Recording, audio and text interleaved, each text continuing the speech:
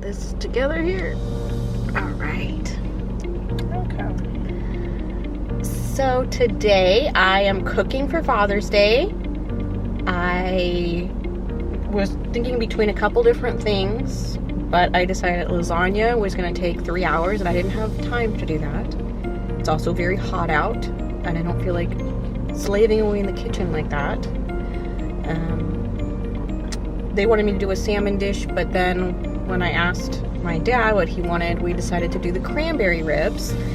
Now, my cranberry ribs are something that everybody seems to really love and ask about. This is kind of the dish that I make for guys when I'm trying to Win them over. You could say that.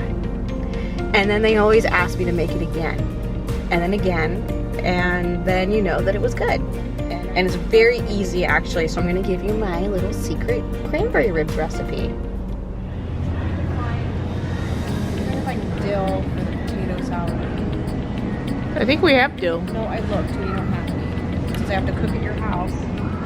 You sure? I use dill all the time.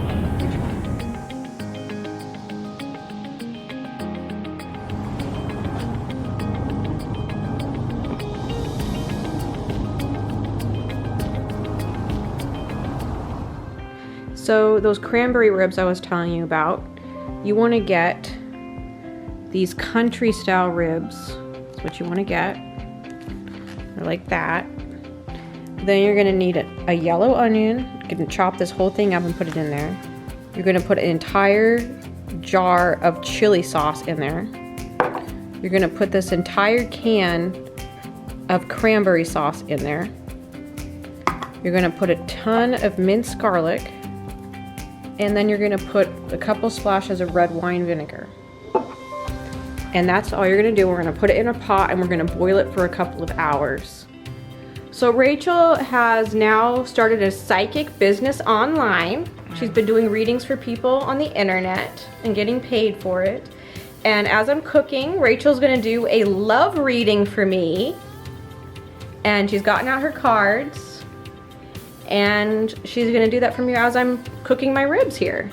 So when I do readings, I don't do past, present, future. I do present, near future, more distant future.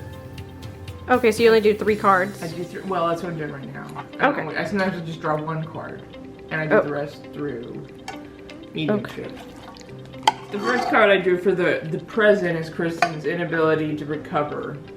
Represents Kristen's inability to recover from her past relationship, which is the upside down fool, the reverse fool.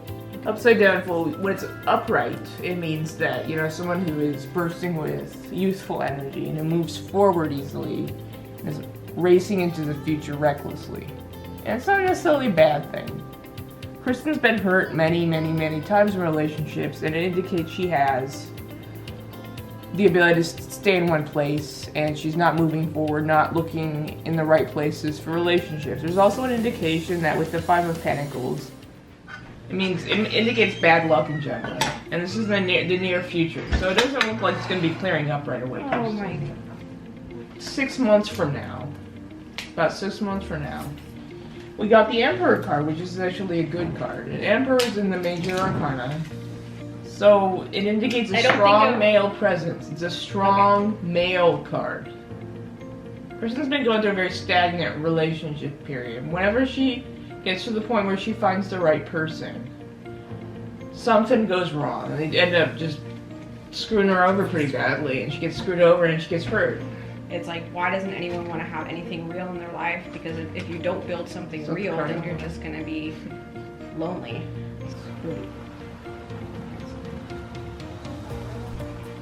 You still making potato salad? Yeah, I am. Why are you staring at me? Because you're interrupting my video with wine.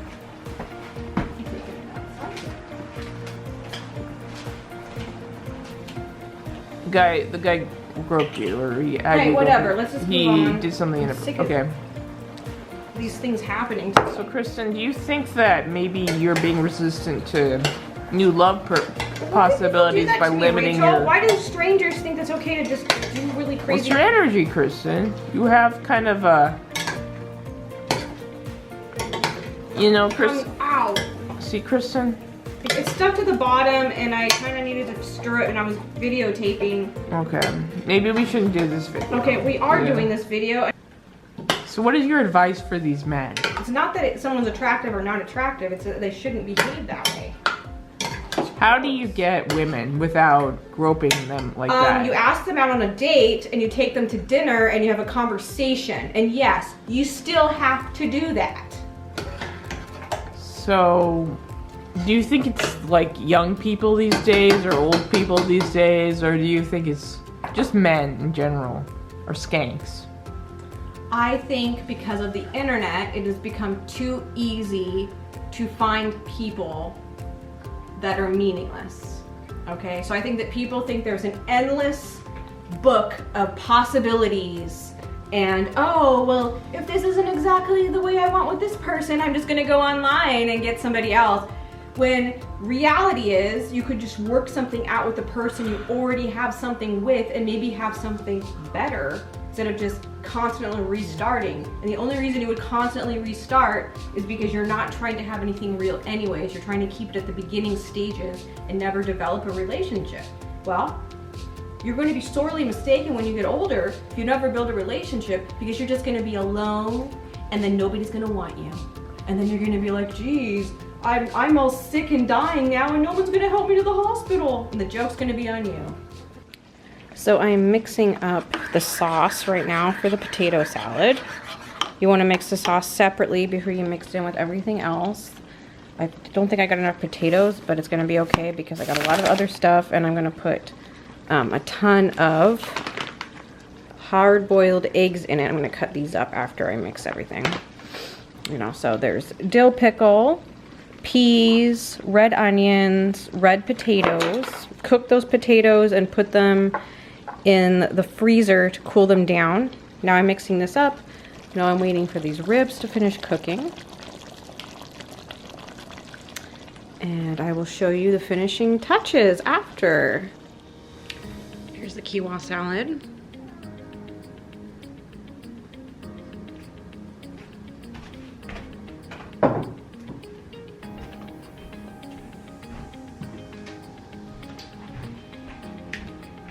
Potato salad.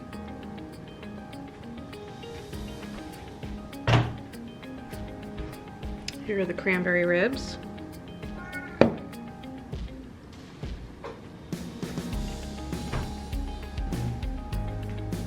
I see you over here. I don't think going outside's a good idea. It's almost dinner time. Yeah, it is. What does that smell good? You girls need drinks. You can get that for us. Is there a serving thing for the ribs? Oh my goodness. I will get. Father's Day. So Rachel and I were just having a conversation about how she joined a dating website. Yeah. And I was telling her that every time I've ever joined a dating website, and I'm not trying to join one now, and I'm not doing that. So don't get all like, oh, crazy about it. You're not gonna find me on there. But when I have, it seems like I get the most like disturbing messages where people just feel entitled to me, and like they know absolutely nothing about me at all. And it's just like if you politely say, oh, no thank you, and it's like somebody like really nasty, like you would never consider them in a million years, but you don't want to be like rude and ignore them. You just want to acknowledge them for trying and not make them feel like they can't try for anyone else. Then it's like the minute you answer them, they continue on like, oh, I got a response, so I'm gonna message her every day. And then they get obsessive, someone's coming. So, hold on.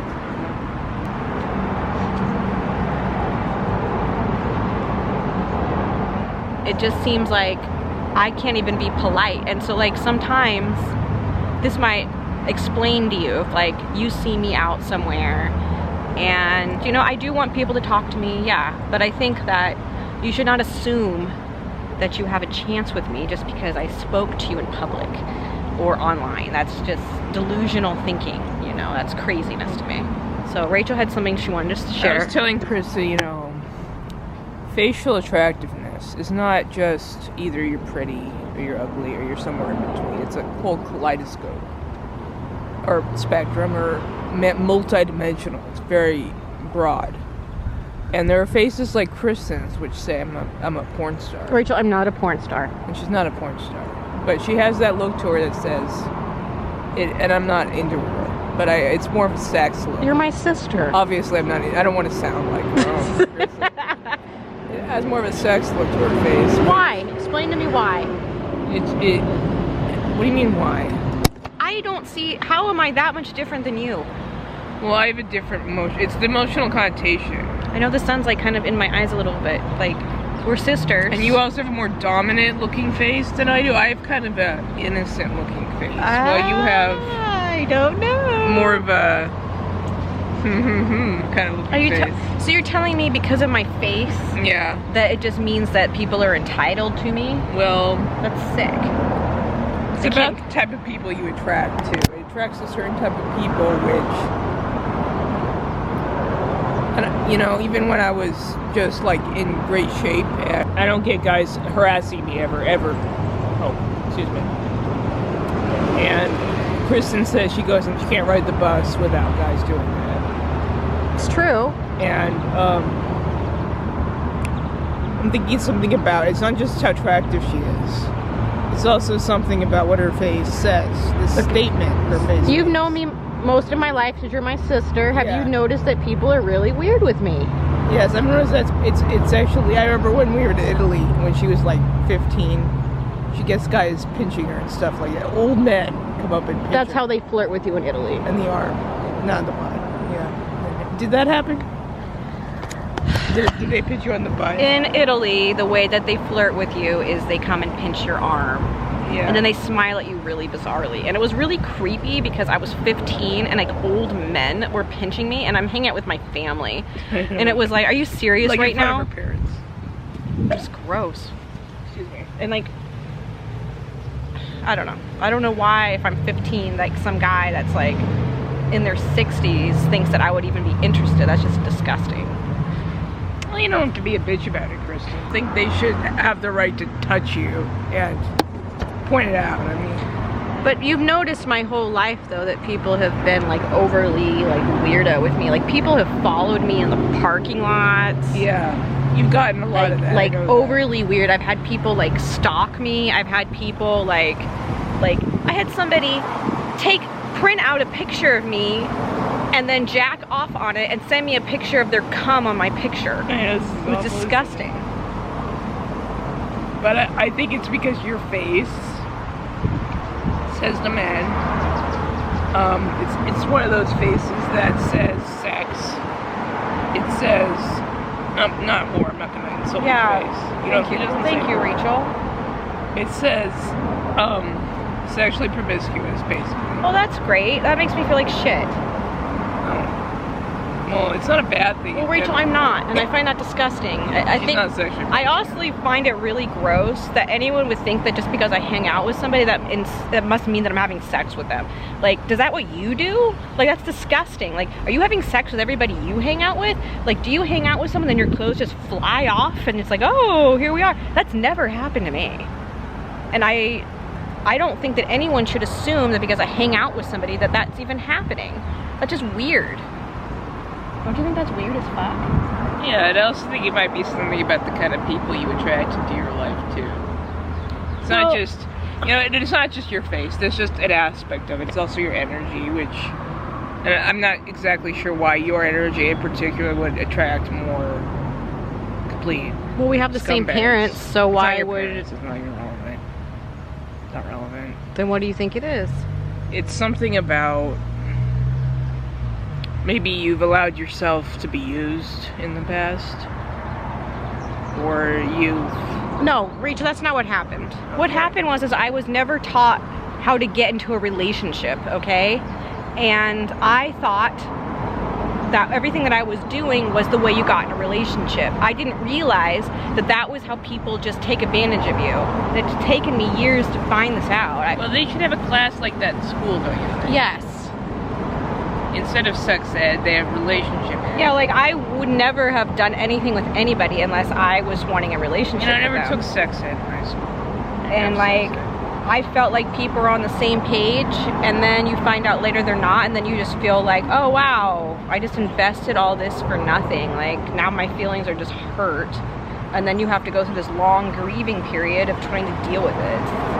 I don't understand how anybody can like be attracted to somebody sexually and then have sex with them and not have feelings. Like I don't get that. Do you get that? Well, it's a basic difference between men and women. And if you have bad sex with someone, you might not be attracted to them, you know? It is true, because sex is either like it's really good and you're attached, or it's like really bad and you never want to do it again. Yeah.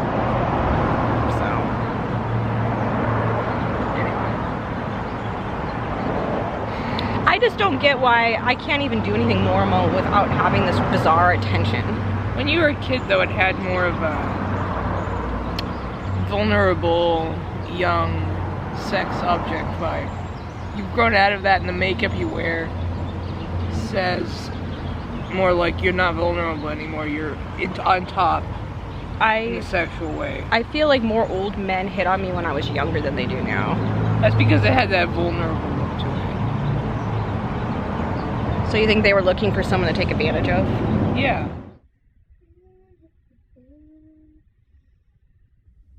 Alright, wild animals. Well, I hope you liked this video, and if you did, don't forget to like and subscribe, and I will see you next time.